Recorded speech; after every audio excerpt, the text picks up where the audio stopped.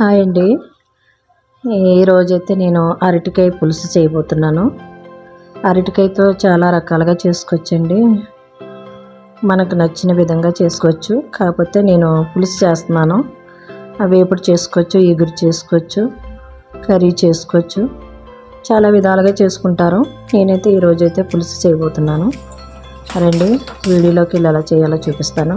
మొదటగా స్టవ్ వెలిగించుకుని కళాయి పెట్టుకొని కళాయి వేడెక్కిన తర్వాత ఆయిల్ పోసుకుంటున్నానండి. కర్రీకి సరిపడగా ఆయిల్ పోసుకోండి. ఆయిల్ వేడెక్కిన తర్వాత కొంచెం ఆవాలు, కొంచెం జీలకర్ర, కొన్ని మెంతులు వేసుకుంటున్నాను. నేను మెంతులు అంటే కొద్దిగా మెంతులు వేసుకుంటున్నాను. అంటే మెంతులు వేసుకోవడం వల్ల పులుసు అనేది చాలా టేస్ట్ అనేది పెరుగుతుంది. ఒక్కసారి ఇలా కూడా ట్రై చేయండి. నాకైతే చాలా బాగా నచ్చిందండి ఈ పులుసు. కొంచెం జీలకర్ర వేసుకుని అది ఫ్రై అవుతుండగా కొన్ని మినపగుళ్ళు వేసుకుంటున్నాను. మీకు వేసుకుంటే నచ్చితే వేసుకోండి, లేకపోతే లేదు. కానీ పోపు అనేది పెట్టుకుంటే పులుసు అనేది చాలా రుచిగా ఉంటుంది. దాంట్లోనే కొంచెం కరివేపాకు కూడా నేను వేసుకుంటున్నాను. తర్వాత ఉల్లిపాయలు, పచ్చిమిర్చి సన్నగా కట్ చేసుకున్న వేసేసుకున్నాను. అవి కొంచెం వేపుకుందామండి. ఉల్లిపాయ మెత్తబడే వరకు వేపుకుందాం.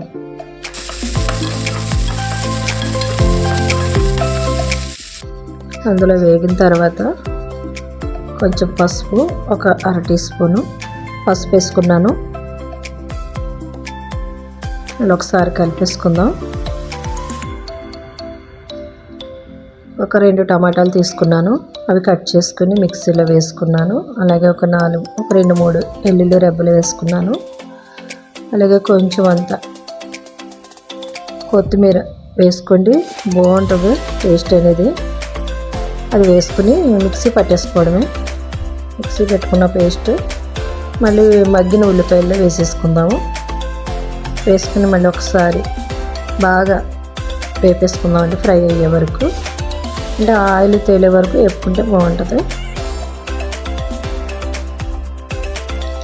చూడండి బాగా వేగిపోయింది. అందులోనే ఒక 1 టీ స్పూన్, అంటే కొంచెం పెద్ద స్పూన్తో వేసుకుంటున్నాను, కారపొడి కూడా వేసేసుకున్నాను. అది వేసుకుని బాగా మిక్స్ చేసుకుందాం. అరటికాయలు ఒక 3 అరటికాయలు తీసుకున్నానండి. 3 అరటికాయలు తొక్క తీసి శుభ్రం కట్ చేసి నీటిలో వేసుకుని అవి మళ్ళీ కర్రీలో వేసేసుకుంటున్నాను. అది వేసుకున్నాక ఒకసారి బాగా కలిపేసుకుని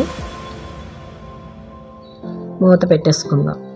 కాసేపు మగ్గనిద్దామండి. మధ్యలో మళ్ళీ ఒకసారి మంట మీడియంలో చేసుకుని మధ్యలో ఒకసారి కలుపుతూ ఉండండి, అడుగు పట్టకుండా. అలాగే నేను ఒక నిమ్మకాయ అంత సైజు చింతపండు తీసుకుని అది నానబెట్టుకుని పులుసు చేసుకున్నానండి. అది నాకు సరిపోతుంది. అదైతే మీకు రుచి తగ్గట్టు మీరు వేసుకోండి. కొంచెం అంత అంటే కొంచెం వేసుకున్నాను కర్రీకి సరిపడగా. అది ఒకసారి మిక్స్ చేసుకుని అందులోనే కొంచెం రుచికి సరిపడగా ఉప్పు వేసుకోండి. తర్వాత కర్రీకి సరిపడగా వాటర్ అనేది వేసుకుంటున్నాను.